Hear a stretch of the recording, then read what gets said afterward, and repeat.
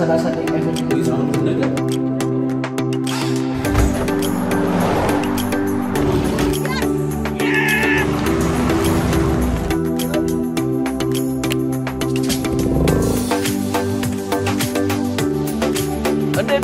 ቁራን ወደ ቀርጫሽ ግሩፕ በሰላም መጣችሁ እኛ ተወታችሁ ስለ አንድ ቡና የምነት ነው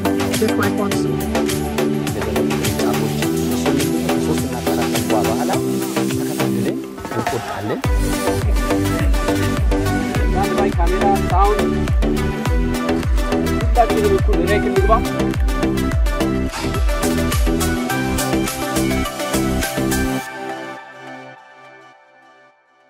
ጤና ይስጥልን እንደምን አላችሁ ተመልካቾች የዛሬቱ ኢትዮጵያ ነገን ዛሬ ሀገር በማሳ ፕሮግራማችን ነው ተጀምሯል የዛሬቱ ኢትዮጵያ ነገን ዛሬ ሀገር በማሳ ፕሮግራማችንን ዛሬ የምናካሂደው ከአዲስ አበባ በ380 ኪሎ ሜትር ርቀት አካባቢ በኦሮሚያ ክልል ምዕራብ ጉጂ ዞን አባያ ወረዳ በሚገኘው በቀርጫሽ ግሩፕ የቡና ማሳ ውስጥ ነው ይህ የቡና ማሳ ደበቃ ይሰኛል 300 ሄክታር የሚደርስ ስፋት ያለው ሲሆን ሌሎች ማስፋፊያዎችን ጨምሮ ደግሞ እስከ 500 ሄክታር ሽፋን ይኖረዋል ማለት ነው በአመት ደግሞ ወደ 1 ሚሊዮን 200 ሺህ ኪሎ ግራም ቡና ይመረትበታል ይህም ብቻ ሳይሆን በኢትዮጵያ የውጭ ምንዛሬ ግኝትም የበኩሉን አስተዋጽኦ ያደርጋል ቡና ለኛ ለኢትዮጵያውያን የውጭ ምንዛሬ የምናገኝበት ሀገራችንን የምናስተዋውቅበት ብቻ ሳይሆን ቤተሰብ ጎረቤት ሰብሰብ ብለን የምንጨዋወትበት የምንመካከርበት የማህበራዊ ግንኙነታችንም አንዱ ማጠናከሪያ መሳሪያ ነው ዛሬ እዚህ በቀርጫሽ ግሩፕ በሚያለማው የቡና ማሳው ስንገናኝም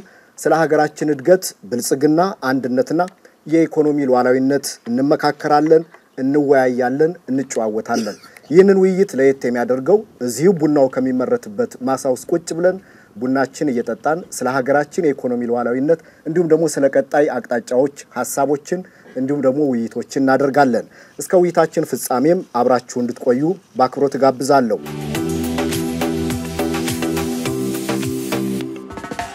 ተመልካቾቻችን በመከታተል ላይ የምትገኙት ከኢትዮጵያ ቴሌቪዥን በመተላለፍ ላይ የሚገኘውን የዛሬቱን ኢትዮጵያ ነገን ዛሬ ሀገር በማሳ ውይይታችን ነው በቀርጫሽ ግሩፕ በሚገኘው የደበቃ የቡና እርሻ ማሳ ውስጥ ነው የምንገኘው በዚህ ውይይት ለመሳተፍ ከተለያዩ አካባቢዎች እንግዶች ተገኝተዋል እነዚህ እንግዶች አስተዋውቄ ወደ ውይይታችን በቀጥታ ገባለሁ በዚህ መሰረት ዶክተር ሀብታሙ ተመስገን ከደቡብ ኢትዮጵያ ነው የመጡት የፒኤችዲያቸውን በመሬት ሀብት አያያዝና አጠቃቀም ሰርተዋል በዲላ ዩኒቨርሲቲ ምክትል ፕሬዝዳንት ናቸው የተለያዩ የምርምር ስራዎችንም ለሀገራቸው አበርክተዋል በዚህ ውይይትም ተሳታፊ ናቸው ከልብና መሰግናለን ዶክተር ከሳቸው አጠገብ ያሉት ደግሞ ዶክተር ማኝ ያንግ ናቸው ከጋምቤላ ክልል ነው የመጡት ዶክተር ማኝ የማህበረሰብ አንቂና ኢንቨስተር ናቸው ፒኤችዲያቸውን በካውንስሊንግ ሳይኮሎጂ ሰርተዋል ሀገር ወዳድ ናቸው በተለይም ረጅም አመታት አሜሪካ ቆይተው መጣው በሀገር ውስጥ በተለያዩ ኢንቨስትመንት ተሰማርተው የሚገኙ ሀገር ወዳድ ኢትዮጵያዊ ናቸው ሌላው ኢንጂነር ቢጃይ ናይከር ናቸው ኢንጂነር ቢጃይ ስራ ፈጣሪ ናቸው ከአዲስ አበባ ናቸው የመጡ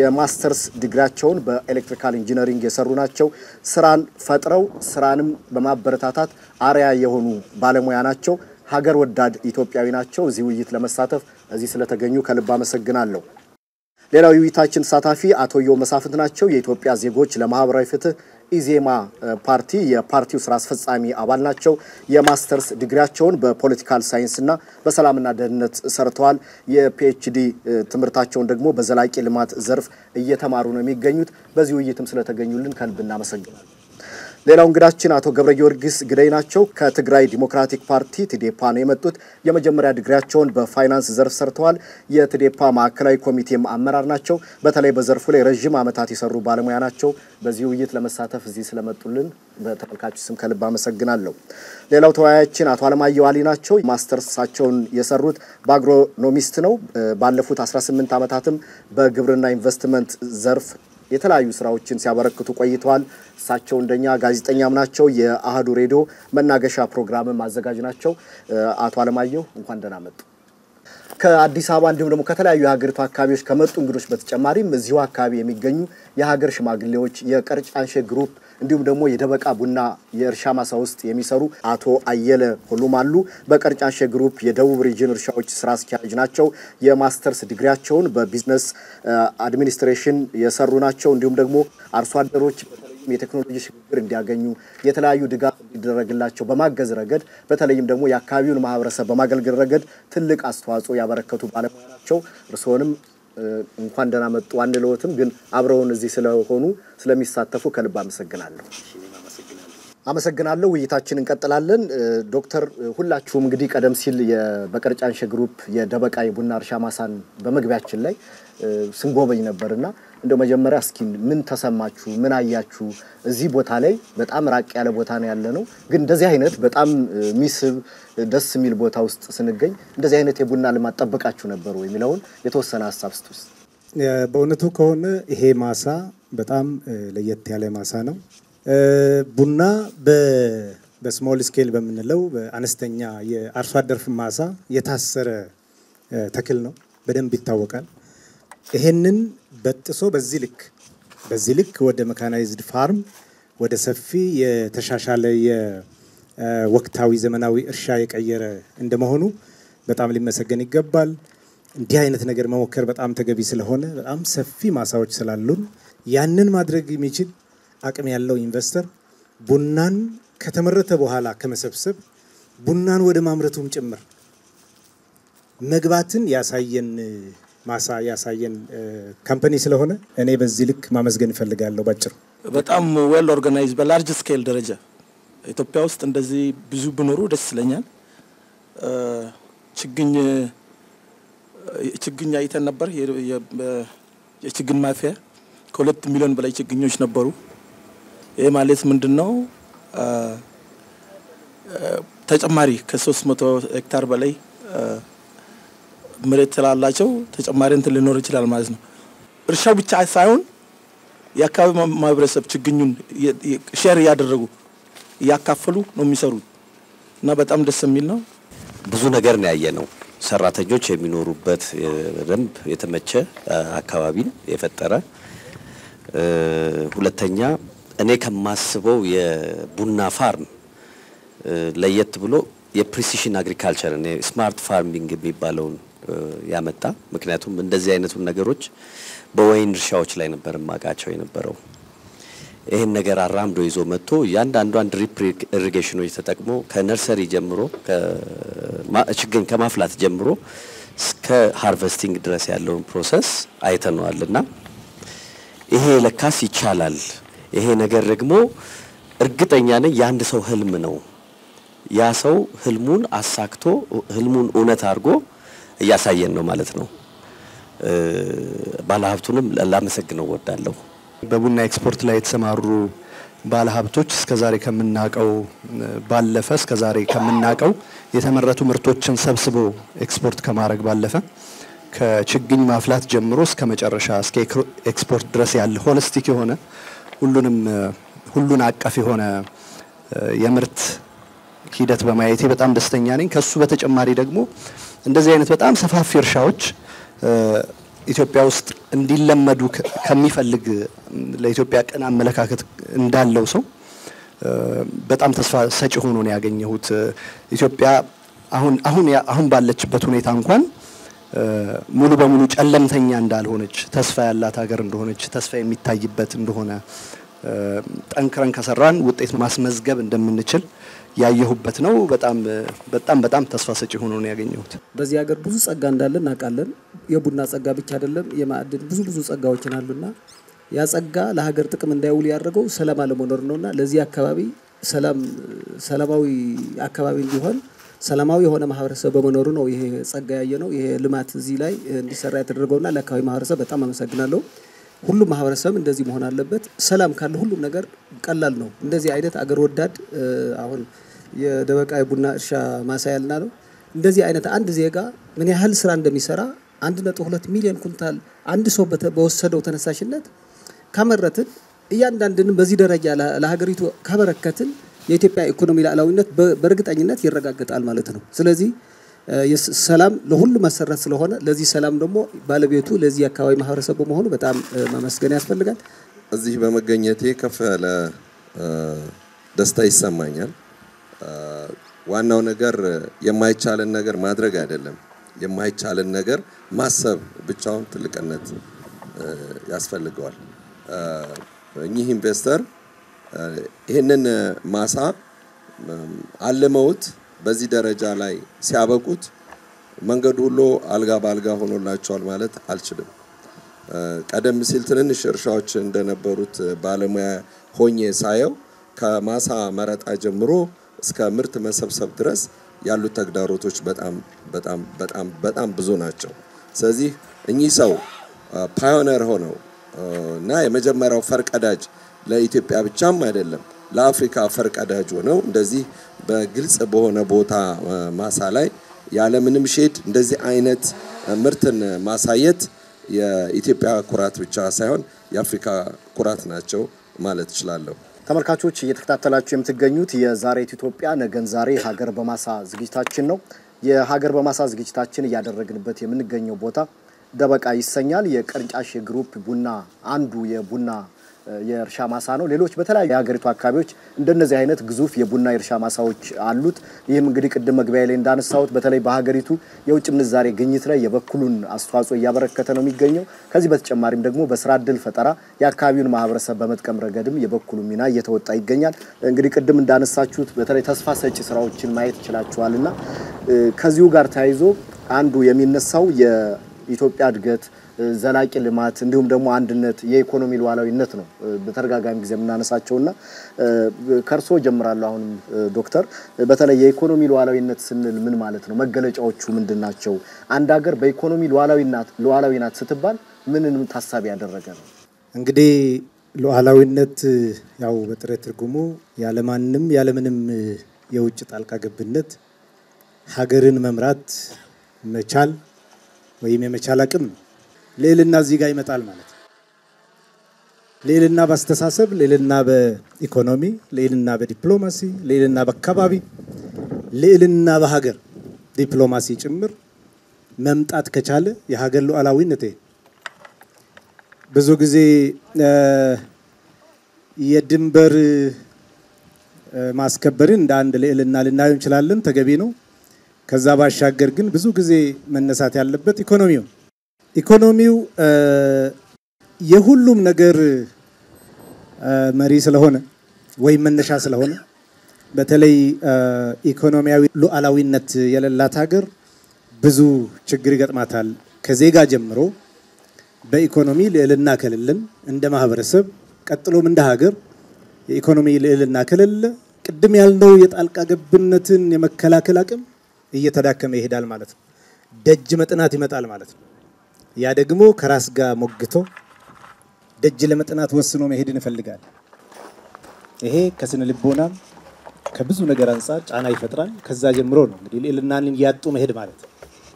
ዛሬ በዋናነት ብዙ ነገሮች ድንበር የለሽም ሆነዋል እንደምናውቀውና በድንበር የምንታጠርበት ጊዜ አይነት አይደለም።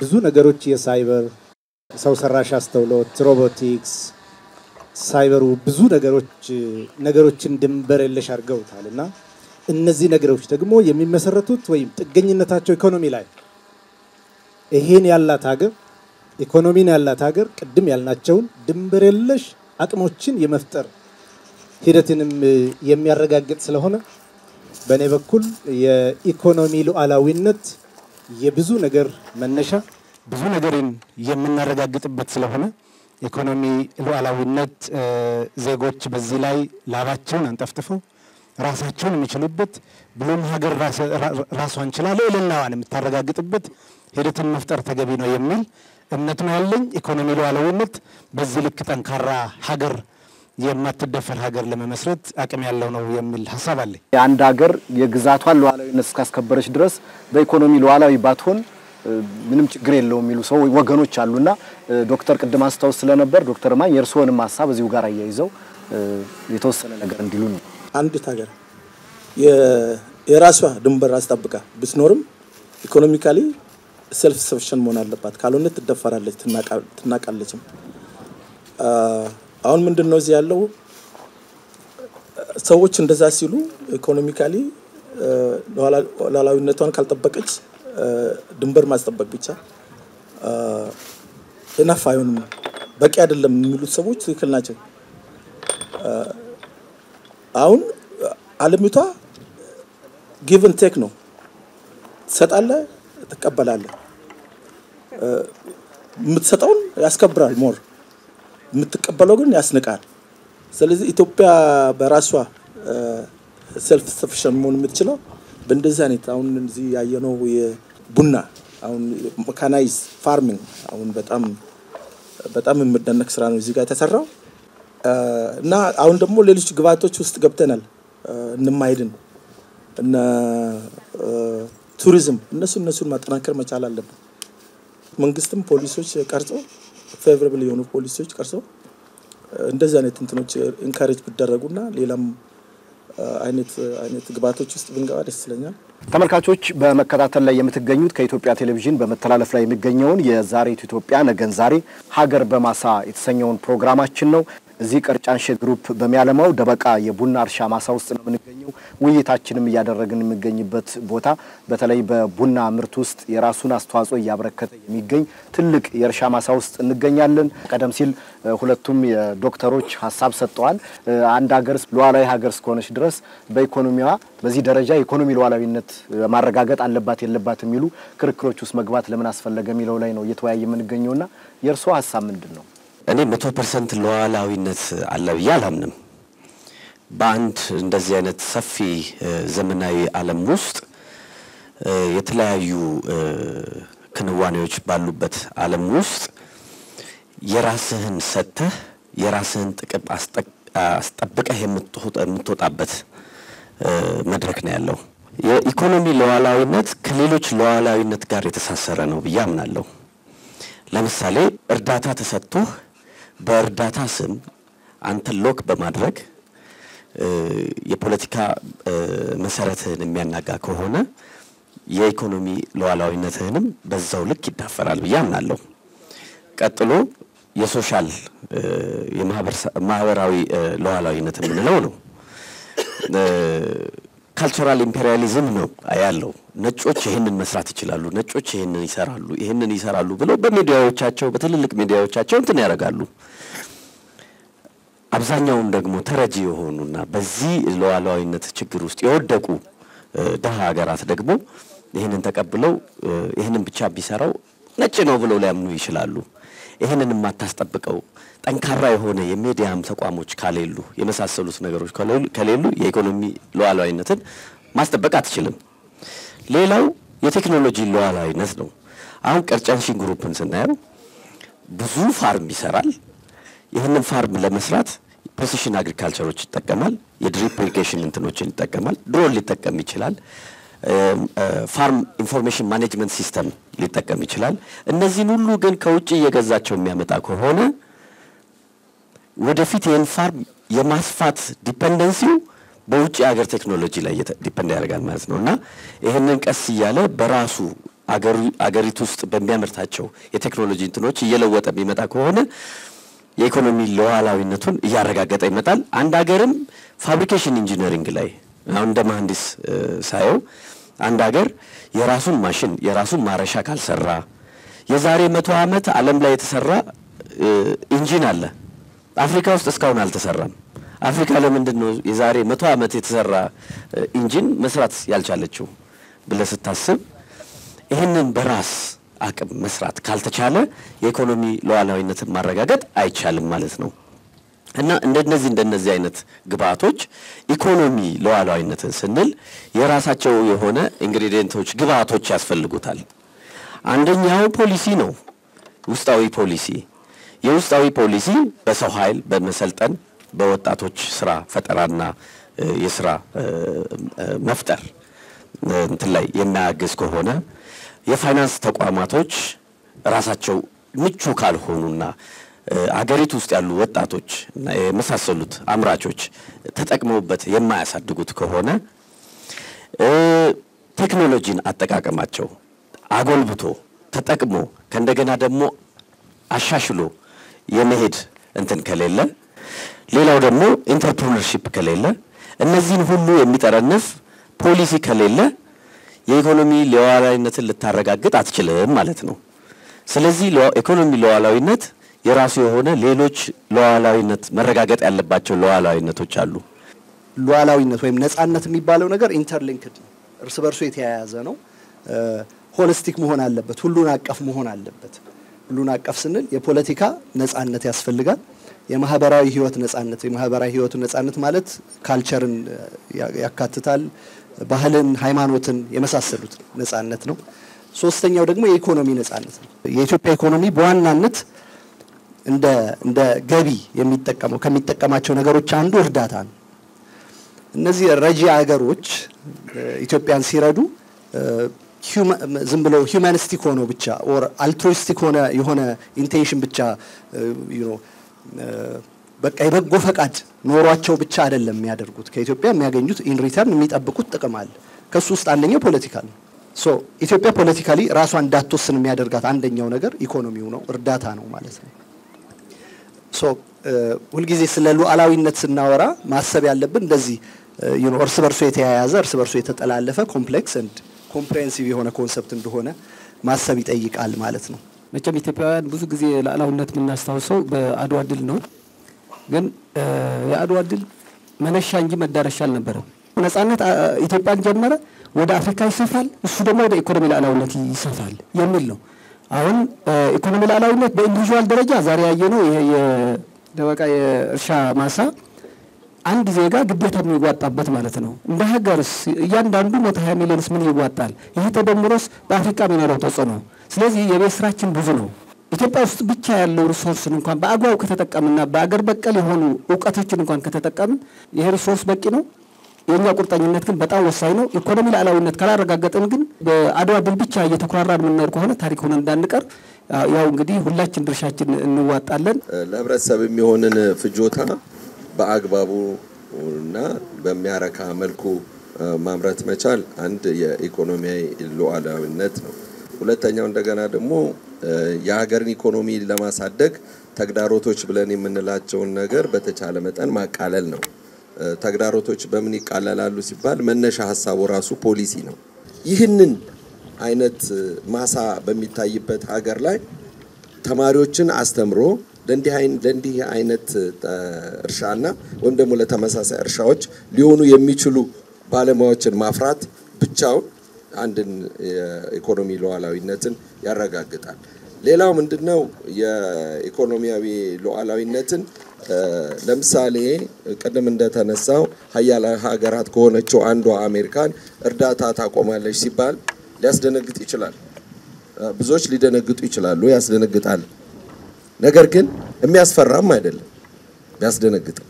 ያ ማለት ምንድነው? ወደ ራሳችን እንመለሳለን ማለት ነው። ቀደምት አባቶቻችን ምን ይሰሩ ነበር? ከድንጋይ ፈልፍለው ላሊበላን ይቀረጹ።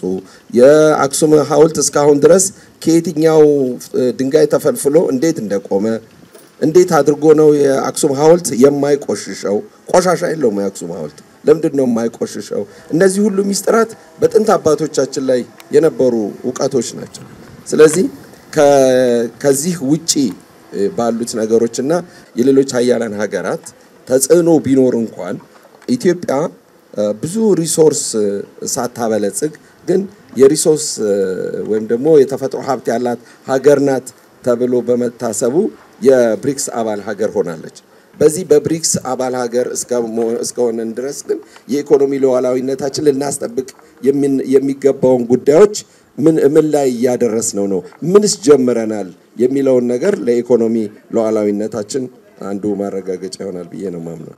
በጣም አመሰግናለሁ። እንግዲህ ከውይይታችሁም እንደተረዳሁት ሐሳቦችን ጠቅለል ለማድረግ ለማህበረሰቡ በአገልግሎት መልክ መቅረብ ያለባቸውን እንዲሁም ደግሞ በዓለም አቀፍ ደረጃ ተወዳዳሪ መሆን የሚያስችሉ ጉዳዮችን ስንፈጽም የኢኮኖሚ ሉዓላዊነታችን ለማረጋገጥ አንዱ ማሳያ ይሆናል። የኢኮኖሚ ሉዓላዊነት ሲባል ግን ብቻውን የሚቆም ጉዳይ ሳይሆን ዘርፈ ብዙ እንዲሁም ደግሞ ከዓለም አቀፍ ጋር የሚተሳሰር እንደሆነ ግንዛቤ መውሰድ እንችላለን። ተመልካቾች እየተከታተላችሁ የምትገኙት የዛሬት ኢትዮጵያ ነገን ዛሬ ሀገር በማሳ ውይይታችን ነው። ውይይታችን እያደረግንበት የምንገኘው ቦታ የቀርጫንሼ ግሩፕ ደበቃ የቡና እርሻ ማሳ ውስጥ ነው የምንገኘው። ኢትዮጵያ በኢኮኖሚ ሉዓላዊ እንድትሆን ምን መሰራት አለበት? ምን ችግሮችስ እያጋጠሙ ነው? እነዚህ ችግሮችስ እንዴት እንፍታቸው ብለን ምክክር እያደረግን ነው የምንገኘው። አቶ አያለ በጣም አመሰግናለሁ በድጋሚ። እንግዲህ ቀርጫንሼ በተለይም ደግሞ እዚህ ደበቃ ብቻ ያለው በተለያዩ አካባቢዎች ብዙ የቡና እርሻ ማሳ እንዳላችሁ እናውቃለን። ግን አሁን እየተወያየንበት ስላለው እና በአጠቃላይ በማህበራዊ አገልግሎትም እየሰጣችሁ ሳሉ ጉዳዮችን እናነሳለን።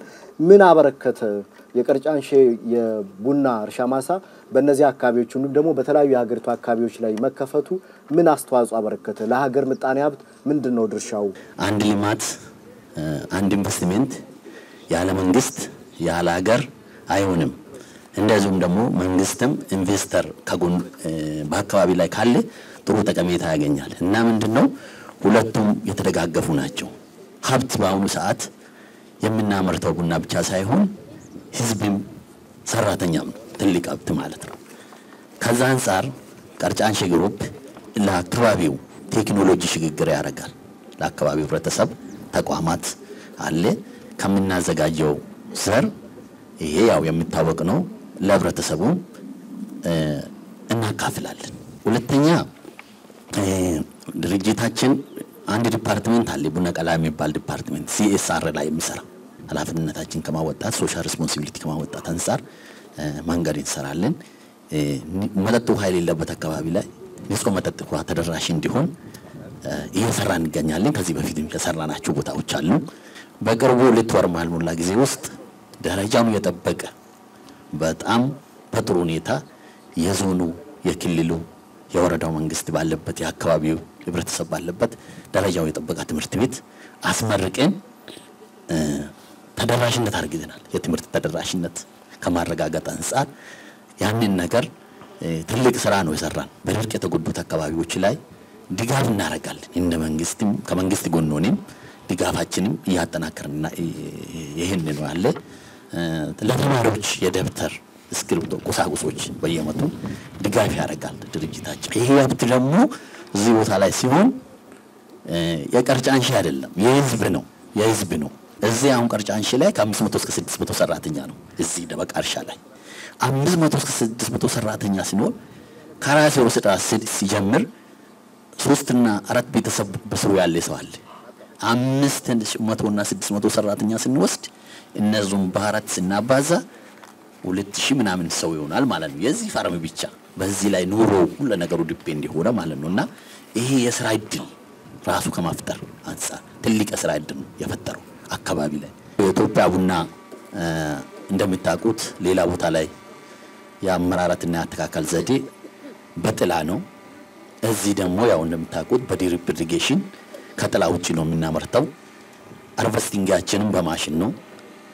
ይሄ ከጥላ ውጪ የምናረጋው ቡና አንደኛ የቡና ይሩንም ቁጥር ጨምሮልናል። ለምን ኮምፒውተር አረግም የፀሐይ ብርሃን የተለያዩ ነገሮች ኮምፒውተር የሚያረግ ነገር የለም።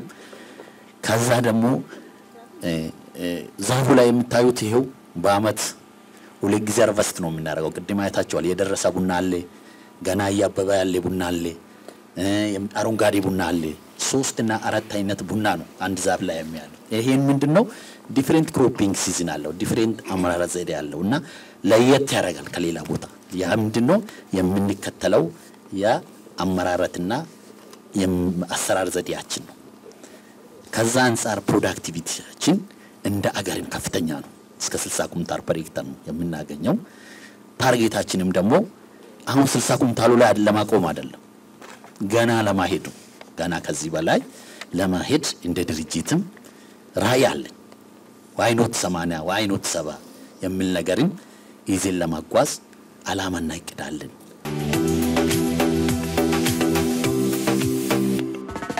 ተመልካቾች እየተከታተላችሁ የምትገኙት የዛሬቱን ኢትዮጵያ ነገን ዛሬ ሀገር በማሳ ፕሮግራማችን ነው ከኢትዮጵያ ቴሌቪዥን። ኢትዮጵያ ሰፊ ሀገር ናት፣ አምራች ዜጋ አላት፣ ለም የሆነ መሬት ያላት ሀገር ናት። እዚህ ምናየውም በተለይም ደበቃ ላይም ያለው የቀርጫንሼ ግሩፕ የሚያለማው የቡና እርሻ ማሳም አንዱ ማሳያ ነው።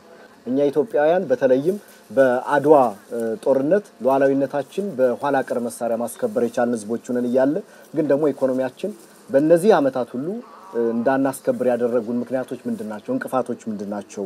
የኢኮኖሚ አቅማችን ባለማደጉስ ምን ተጽዕኖዎች እያመጣ ነው የሚለውን ሐሳብ ይሰጡናል። በሀገራችን ታሪክ ውስጥ አሁንም ደግሜ እንደምናገረው የማይቻሉ ነገሮች እየታዩ ነው።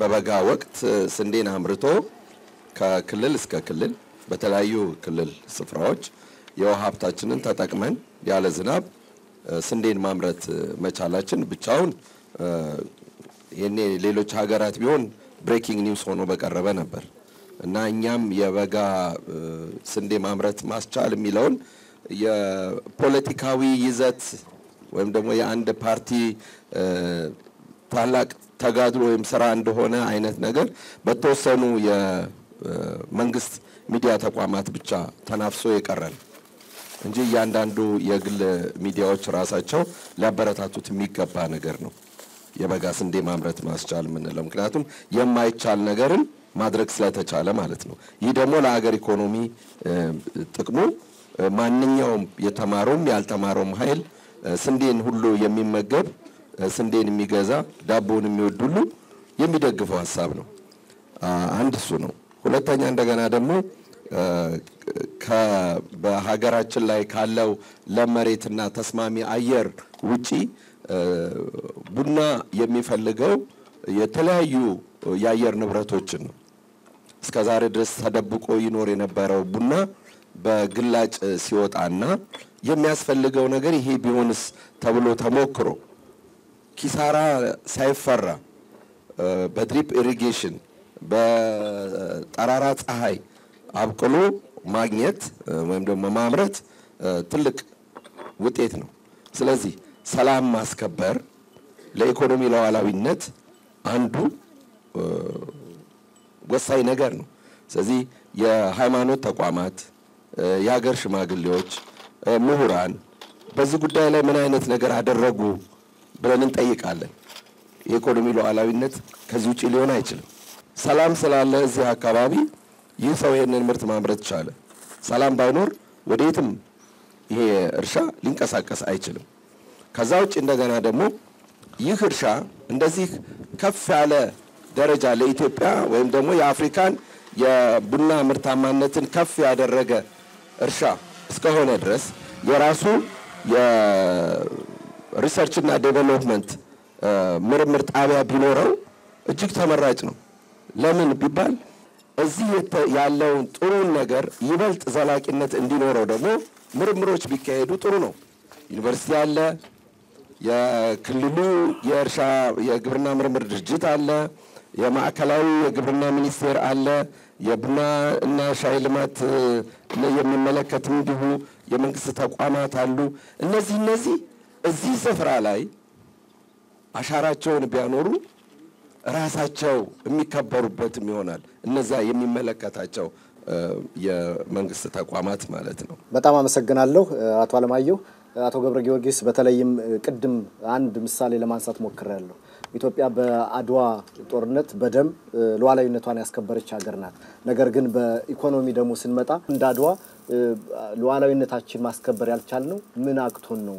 ምን ብናረግ ነው ይሄንን ማሳካት የምንችለው? በነገራችን ላይ የእድገት መሰረት የሆኑ ሁሉም አሉን። እኛ ለኢኮኖሚ ሉዓላዊነት ለመብቃት የሚያስችሉን ለም መሬት አለ፣ አምራች ወጣት አለ፣ አገር ወዳድ ዜጋ አለ፣ ታሪክም አለ፣ አኩሪ ታሪክም አለ። የዋህነታችን ገራገርነታችን የጎዳን ይመስለኛል። አድዋ ስላሸነፍን ብቻ ከድንበር ውጭ የሚመጡ ተጽዕኖዎችን መከላከል ግን አልቻልንም። ምክንያቱም አንድ ኢትዮጵያዊ የእርዳታ ጥገኛ መሆን አይገባም። ለምን የነጻ ሀገር ሰው ከሆንክ መጀመሪያ ህሊናህም ነጻ ማድረግ አለብህ። ምናል ነጻ ሌጋሲ መቀጠል ካለብህ በኢኮኖሚ ራስ መቻል አለብህ። ስለዚህ ቁጭት እያንዳንዱ ዜጋ ያስፈልጋል። ምናልባት እንኳን እኔ ነጻነት ልጅ ነኝ የአርበኞች ልጅ ነኝ፣ ለምን የእርዳታ ስንዴ እጠብቃለሁ? ይሄ ለመሬት ባለበት ይሄ አኩሪ ታሪክ ባለብኝ የሚል ቁጭት በእያንዳንዳችን የጎደለ ይመስለኛል። ዋናው ነገር ደግሞ ኢትዮጵያዊ መለያው ሰላም ስለሆነ ጨዋ ህዝብ አለን። ሰላሙ ደግሞ ሁላችን እንረባረብ ይገባል። ለምሳሌ በፊት እንዳልኩት እዚህ የተገኘው ልማት ሰላሙ የወለደው ነው። እርግጠኛ ነኝ ከዚህ ተምረን አገራችን ባጭር ጊዜ ደህና ሀገር ዓለም አቀፍ ተጽዕኖ ፈጣሪ ሀገር እንደምናደርጋት ተስፋ አለኝ። በደም የተከበረ ነጻነት የሚጸናው በላብ ነው መልሶ አንድ ጊዜ ነጻነቴን በደም አስከብር ያለሁና ከዚህ በኋላ ነጻ ሁኜ እኖራለሁ የሚል ፉሊሽነስ ሊኖረን አይገባም። ለዚህ በጣም የምወደው ምሳሌ ሁልጊዜ የሚነሳ ምሳሌ ጣሊያን በመጀመሪያ ዙር ሊወረን መጣ አይደል? በጦርና ጋሻ መክተን መለስን። ሁለተኛው ዙር ጣሊያን ሲመጣ አውሮፕላን ሰርቶ የመርዝ ጋዝ ይዞ ነው የመጣው። እኛ ስቲል የመከት ነው ለመመከት የሞከርነው ነው የመከት ነው። አሁንም በጦርና ጋሻ ነው። ነጻነት አንድ ጊዜ አስከብረህ የምትተወው ነገር አይደለም። ከዛ በኋላ ማረጋገጥ ማጽናት ይጠበቅብሃል ለሁል ጊዜ። እሱን ማጽናት የሚቻለው በአንድና በአንድ ነገር ብቻ ነው፣ በመጠንከር ራስን በመቻል በመጠንከር ብቻ ነው። እሱን ለማድረግ የሁል ጊዜ ዘላቂ የሆነ እድገት ቀጣይነት ያለው እድገት ያስፈልጋል። ይህንን ለማረጋገጥ ሁለት አካላት ናቸው ኃላፊነት ያለባቸው። የመጀመሪያው መንግስት ነው። በዋናነት አስቻይ ሁኔታዎችን በመፍጠር ምርትን ለማሳደግ የሚያስችል ፖሊሲ፣ ከዛ ምርታማነትን ለማሳደግ የሚያስችል ሰላም በየቦታው ማስፈን። እነዚህ ሁሉ ኃላፊነቶች የመንግስት ናቸው። የመጀመሪያ ዙር ኃላፊነት የመንግስት ነው። መንግስት ብቻውን ግን ሉዓላዊነትን ሊያስከብር አይችልም። ሁለተኛው ኃላፊነት ያለበት ህዝብ ነው። ሙስናና ሌብነት እስካለ ድረስ አገር ላይ እድገት ሊኖር አይችልም። በተለያዩ ሀገሮች የተሞከረ በደንብ የተፈተነ መርህ ነው ይሄ። ስለዚህ እሱን ማስቆም የመንግስት ኃላፊነት ነው። የህዝብ ኃላፊነት ምንድነው? የመጀመሪያው ነገር ሰላም ቅድም ያልነው ቱ ዌይ ነው። መንግስት ብቻውን የሚያስከብረው ነገር አይደለም። ህዝብም ኢንቮልቭ ማድረግ አለበት። ህዝብ መሳተፍ አለበት። ህዝብ ሰላሙን በራሱ ማረጋገጥና ማስከበር መቻል አለበት። ሁሉም ነገር ፖለቲካ አይደለም። እዚህ ሀገር ላይ በጣም ትልቁ በሽታ የሚታየኝ ሁሉም ነገር ፖለቲካዊ ማድረግ ነው። እዚህ የሚመረተው አሁን ቡና ለአገር እድገት በጣም ትልቅ አስተዋጽኦ ያለው ነገር ነው። ሰላም ከሌለ ግን ይሄ ሁሉም ነገር ፖለቲካ ካደረግን ግን እዚህ አካባቢ ትንሽ ግጭት በተነሳሽ ቁጥር ይህንን የማወክ ስራ ይሰራል። ኢትዮጵያ ውስጥ በጣም የተለመደ መቅረት ያለበት ነገር ሁሉን ነገር ፖለቲካዊ ማድረግ ነው። መንግስትን መቃወም መብት ነው፣ በሰላማዊ መንገድ መቀጠል። ከዛ ውጭ ያለውን ግን ልማትን ማደናቀፍ፣ ልማትን ማስቆም ፖለቲካ አይደለም። የምንጎዳው መንግስትን ሳይሆን ሀገርን ነው።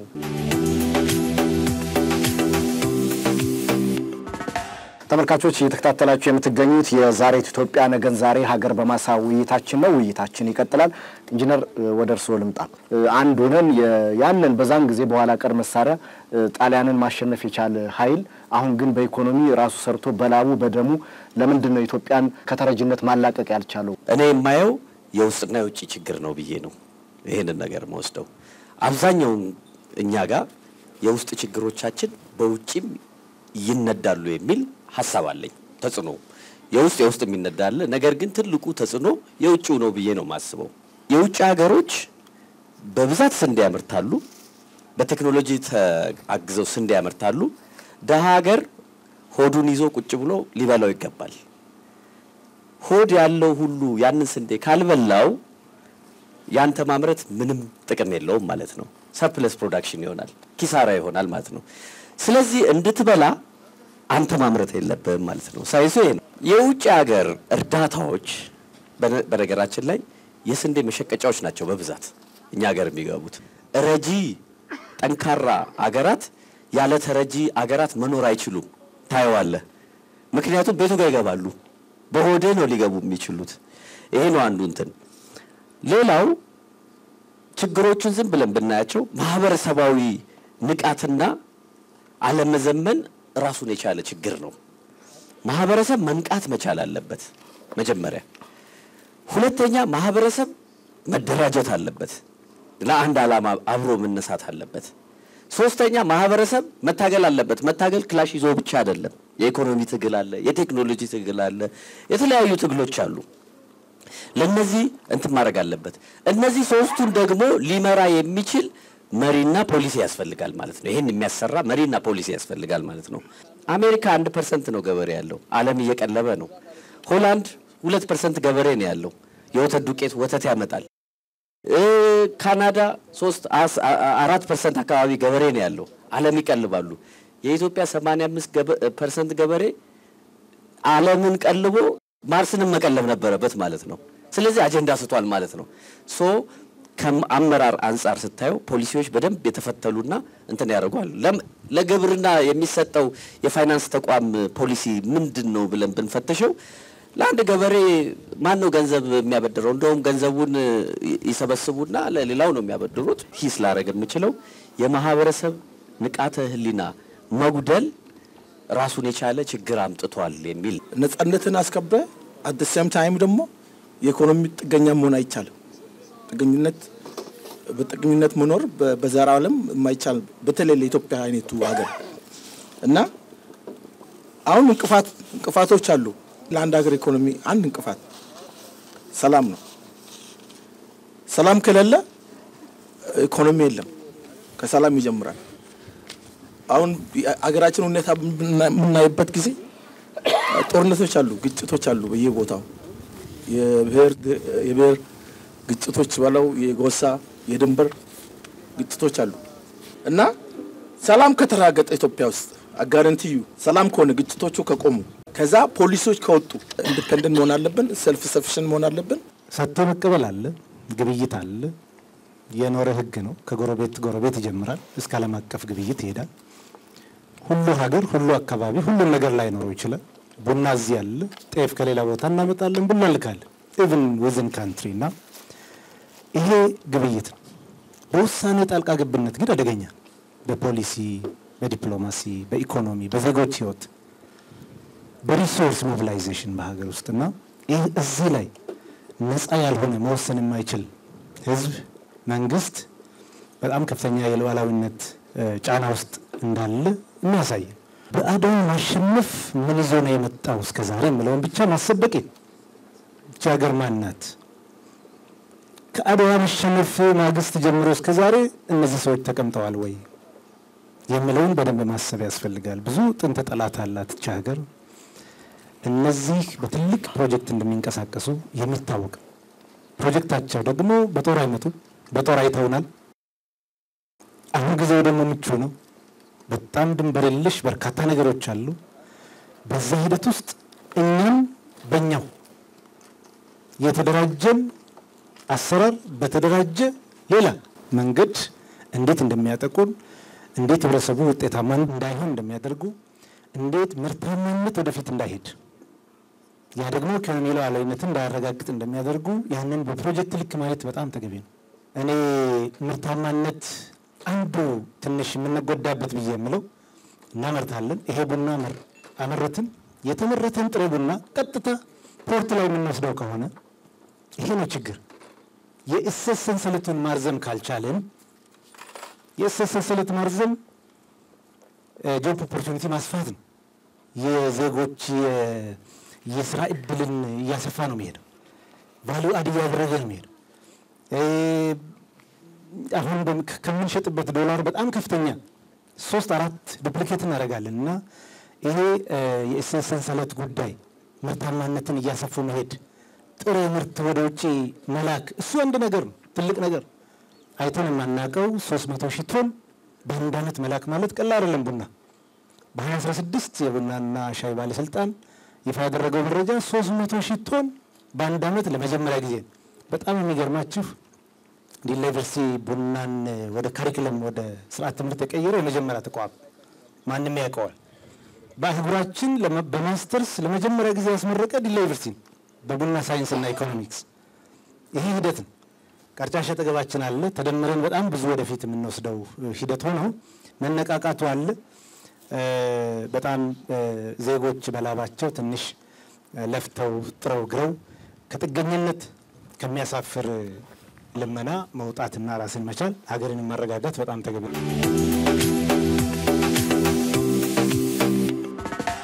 ተመልካቾች የዛሬት ኢትዮጵያ ነገን ዛሬ ሀገር በማሳ ፕሮግራማችን ነው ከኢትዮጵያ ቴሌቪዥን እየተከታተላችሁ የምትገኙት ደበቃ የቡና እርሻ ማሳ ውስጥ ነው የምንገኘው እየተወያየንበት ያለው ርዕሰ ጉዳይ ደግሞ የኢትዮጵያን የኢኮኖሚ ሉዓላዊነት በማረጋገጥ ረገድ እንደ ቀርጫንሻ አይነት ግሩፕ የጀመሯቸው ስራዎች እንዴት በሀገር ተስፋፍተው የኢትዮጵያን ኢኮኖሚ ሉዓላዊነት እናረጋግጥ ያጋጠሙ ያሉ ችግሮችንስ እንዴት እንፍታቸው በሚሉ ርዕሰ ጉዳዮች ላይ ነው ውይይት እያደረግን የምንገኘው ቀርጫንሻ ግሩፕ ከሚያስተዳድረው የደበቃ የቡና እርሻ ማሳ ውስጥ የሚሰሩ ባልደረቦች እንዲሁም የአካባቢው ነዋሪዎችም በዚህ ውይይት አብረውን እየተሳተፉ ነው የሚገኙ ከልብ አመሰግናለሁ እስኪ ወደ እናንተ ልምጣ የቡና እርሻ ማሳ እዚህ አካባቢ መከፈቱ ምንድነው እናንተ ያገኛችሁ ጠቀሜታ የሚለውን አባቴ ሐሳብ ቢሰጡበት ስራ ያጣም ስራውን እዚህ ውስጥ እየሰራ ይተከማል ያው ከችግር ይላቀቃል ያው ሰርቶ ያገኛል እናደርገው ይሄ ነው አንድ ጽፈት ቤት ሰርቶልናል እዚህ ያው ጽፈት ቤት ሰርቶልናል ያው ቀበሌ ቤት ሰርቶልናል ለወደፊቱም ደግሞ እየጠየቅነው መንገድ እንድሰራልን ብለን እነሱን እንሰራለን እያሉ ይሄን ቃል ገብተውልናል በትብብር ነው ያለነው እየተባበረን ያው ከቀበሌ ጋር ሆነን ብዙ ስለ ሰላምን እንትን ሁሉ ጊዜ እየተጋን ነው እየሰራን ያለነው ተባብረን እየሰራን ነው ስለ ሰላም የሚያለሙትን ወዳለን ቦታ ካገኘን ለልማት ሰፊ መስመርን እየሰራን ነው ያለነው ስለ ሰላም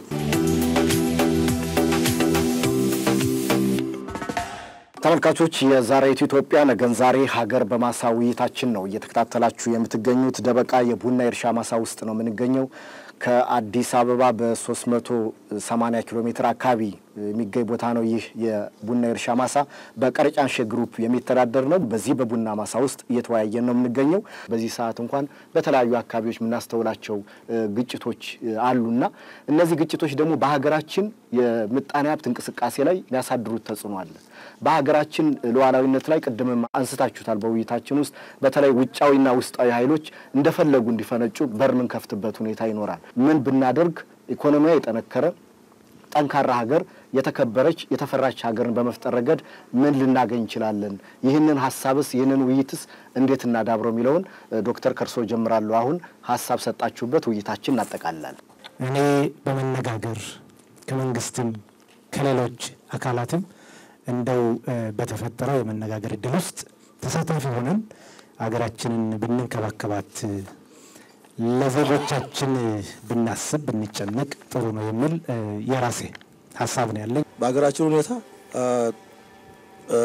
ከመንግስትም ወገኖች አሉ። እሱ ራሱ የቻለ ችግር ነው። ከውስጥ ደግሞ የብሔርና የጎሳ ግጭቶች አሉ። እነሱ ለመፍታት የመንግስት ስራ ብቻ አይደለም፣ የህዝቡም ስራ ነው። የኢትዮጵያ ህዝብ ተረባርቦ ሰላሙ ከመንግስት ጋር ሆኖ ወይ ከመንግስት ጋር ሆኖ ሰላሙን ማስፈን መቻል አለበት። 126 ሚሊዮን ህዝብ ሀገር ነን። 4 እና 3 ሚሊዮን እኮ አሉ ከኛ በላይ ናቸው ኢኮኖሚካሊ። እኛ 126 ሚሊዮን ይዘን ከሳራ በታች ሀገር ያሉት ሀገራት ከናይጄሪያ ሁለተኛ ሆነን እንዴት ነው አሜሪካ ተሰራው ነገር እኛንም የሚያስደነግጠን? መደንገጥ አለብንም። ሰላሙን አምጥተን ሀገራችን ወደ ኢኮኖሚ እንድትገባ ሁላችንም ጥረን ግረን መስራት አለብን። ካልሆነ ለዘላለም እንለምናለን፣ አንከበርም። ስለምን እኮ አትከበርም፣ ክብር የለህም። ከኛው ጀምረን ለልጆቻችን አንድ ነገር እንኳን አትርፈን እንሂድ። ትልቁ የሚያስፈልገው የማህበረሰብ ንቃት ያስፈልጋል። ይሄንን ማህበረሰብ ንቃት ሊመራ የሚችል ደግሞ አሰሪ ፖሊሲ፣ የመሬት ፖሊሲ፣ የፋይናንስ ፖሊሲ፣ የቴክኖሎጂ ፖሊሲ የመሳሰሉት ፖሊሲዎች ያስፈልጋሉ። ይሄንን ነገር ለመረዳት ደግሞ ወጣቶች ዓለም አቀፋዊ እና አካባቢያዊ የሆኑ ግንዛቤዎችን ሁሉ ጊዜ እያነበቡና ራሳቸውን አፕዴት እያደረጉ የሚሄዱበት ሮንግ የሆኑ ኢንፎርሜሽኖችንና ስራዎችን የሚለዩበት ብቃትና ትጥቅ ያስፈልጋቸዋል የሚል ሐሳብ አለኝ። ኢትዮጵያ ውስጥ ሰላም መምጣት ይችላል ብዬ አምናለሁ። ሁለት ነገሮች ከተሟሉ፣ የመጀመሪያው በመንግስት በኩል መደረግ ያለበት መሳሳት የለብንም። አሁን የሚደረጉት በየቦታው የሚደረጉት ግጭቶች አልቲሜት ጎላቸው የፖለቲካ ስልጣን ነው።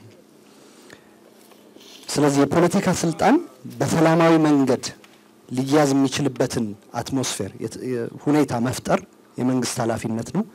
መንግስት ይሄን ካደረገ በአንድ በኩል፣ በሁለተኛው በኩል ደግሞ በኢትዮጵያ ውስጥ በአፈሙዝ በመነቅነቅ አፈሙዝ በመተኮስ ጠመንጃ በመተኮስ ጥይት በመተኮስ ስልጣን መያዝ መነወር መቻል አለበት። እንደ ማህበረሰብ ኢትስ ኖት ኦንሊ በመንግስት ደረጃ ሳይሆን እንደ ማህበረሰብ ይሄንን ነውር ማድረግ መቻል አለብን። ስልጣን የሚያዘው በውይይት በንግግር በምርጫ በህዝብ ፍላጎት መሆን መቻል አለበት። ይሄንን ሁለቱ አካላት እስከተገበሩ ድረስ ተቃዋሚ ፖለቲካ ፓርቲዎች ጠመንጃ ያነሱ የፖለቲካ ፓርቲዎች በዚህ በኩል ደግሞ መንግስት ይሄንን አስቻይ ሁኔታ እስከፈጠሩ ድረስ ኢትዮጵያ ውስጥ ሰላም መምጣት ይችላል ብዬ አምናለሁ። በእኔ እምነት ለጦርነት የምናወጣውን ኤፈርት ለግጭት የምናወጣውን ኤፈርት ግማሹን ይሄንን የምናገረው በተቃዋሚ ጎራ ላለው አካል ነው፣ ለመንግስት አይደለም። በጦርነት የምናወጣውን ኤፈርት ግማሹን በሰላም በዲሞክራሲያዊ መንገድ ስልጣን ለመያዝ ብናወጣው ስልጣን ማንይዝበት ምክንያት አይታየኝም። የድንበር ሉዓላዊነትን ያስከበር ነው እንጂ የኢኮኖሚ ሉዓላዊነት አላስከበርንም ነው ተስማምተናል። የድንበር ሉዓላዊነት እንዳስከበር ነው ሁሉ በአንድነት ዛሬም በኢኮኖሚ በአንድነት ለማስከበር የኢኮኖሚ ፖሊሲያችን በጣም ትብብር ያስፈልጋል። ብዙ ጊዜ ከሀገር በላይ ስልጣን የለም። ስለዚህ ያኔ አብሮ ሲዘምቱ አድዋ እኮ ከንጉሱ ጋር ስምምነት ስለነበራቸው አይደለም። የቤት ስራ ነው። ዋናው ግን የሀገር ጉዳይ ይቀድማል። ስለዚህ አንድነታችን ካጠነከርን ሁሉም ነገር የዜጋ መብቱን በደንብ ይከበራል፣ ኢኮኖሚም ያድጋል፣ የኢኮኖሚ ነጻነት ካለን ስልጣን ስለሚያስፈልገናል። እኛ እኮ የምንፈልገው በሰላም መኖርና የተሻለ ኢኮኖሚ ባለቤት መሆን ነው። ከስልጣን በላይ ኩራት አለው። ስለዚህ ይሄ ነገር በጣም ማስተዋል ያስፈልጋል። በዚህ አጋጣሚ እኔ ችግር ሊኖር ይችላል። ከጦርነት በላይ ግን ችግር የለም። ነፍጥን አንስቶ የሚዋጉ ካሉ እዚህ አጋጣሚ ይሄ በሚዲያም ስለሚተላለፍ ችግር የለም። ቁጭ ብለው መመካከር ምርጫቸው ቢያደርጉና ያው ከውይይት ከጥይት ሀሳብ ይበልጣል ነው የሚባለው ሁሉ በሀሳብ ችግራቸው እንደሚፈታ እኔ እርግጠኛ ነኝ። ሰው የሚያስጨንቀው ምንድነው? ቅድሚያ የሚሰጠው ለየትኛው ጭንቀት ነው? ከሀገር ሉዓላዊነትና ከአንድነት ውጪ የሚያሳስብ ነገር የለም። በሰላም ገብቶ መውጣት የሚለው ቃል መስራት አይደል? በሰላም ገብቶ በሰላም መውጣት የሚለውን ነገር ትልቅ ጥያቄ ነው። ስለዚህ በማህበረሰባችን ውስጥ ታመን ነው ወይ ወደ እርቅ ማን ሄደው? የት አሉ ሽማግሌዎቹ ብለን መጠየቅ መቻል አለብን። ስለዚህ ወደ ምክክር ኮሚሽኑ ያለውን ነገር በማየት ሽማግሌዎቻችን ይህን የታመመውን ማህበረሰብ የሚያድኑበት መንገድ ሊሆን የሚችለው በእርቅ ነው። እርስ በርሳችን ለችግራችን መፍትሄ የምናገኘው ራሳችን ችግራችን ውስጥ ስለሆነ ከዛው ከማህበረሰባችን እነዚህ ተውጣተው ወደ እርቁ ማዕድ ብንቀርብ ይበጃል ብዬ ነው ማምነው።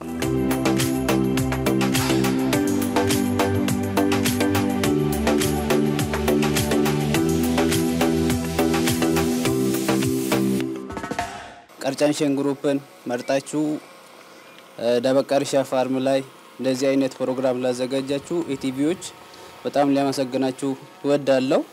ይሄ ድርጅት የቀርጫንሸ እዚህ ከመጣ በኋላ የአካባቢው ሰዎች ከዚሁ መጀመሪያ ሙያ ያገኙ፣ እንዴት እንደሚመረተው እንዴት መስራት እንደሚቻለው ከዚህ ብዙ ነገሮችን ካገኙ በኋላ ያው በአመት ከ2000 በላይ ችግኝ እየሰጠ ነው። ልክ እንደዚህ አይነት ቡና እያመረቱ ቡናውን ደግሞ ሰጠን ብቻ ምን ይመለስ ሳይሆን ባለሙያ ልከን የደረሰበትን ቡናው ሳይበላሽ ልክ ከዚህ በላይ ሄደን ብናየው ለአንድ ገበሬ ለሁለት ገበሬ ሄደን ብናየው የዚህ ነው የሚበልጠው ቡና አምርቷል። ሌላ ለአካባቢው ምንድነው የሚያደርገው? እዚህ ቡና እንደሚታዩት በባለሙያ ነው፣ በቴክኖሎጂ ነው፣ በማሽኖች ነው የሚሰራ።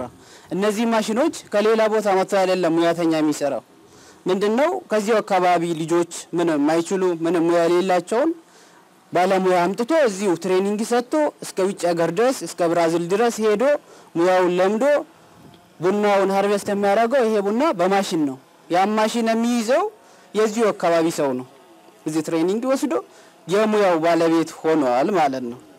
ሌላ ቀርጫንሸ ማንም ሳያስገድደው ከሚያገኘው ትርፍ 10% በመቆጠብ ቡና ቀላ ድርጅት ቅድም እንደተባለው በመቋቋም ለአካባቢው ማህበረሰብ የሚያደርገው መንገድ የሚሰራ ውሃ የሚሰራ ትምህርት ቤት እንደሚሰራ ብዙ ቦታዎች ይሄን ብቻ አይደለም የቀርጫንሸ ፋርሞች ትልልቅ ይሄን የሚበልጡ ፋርሞች አሉ።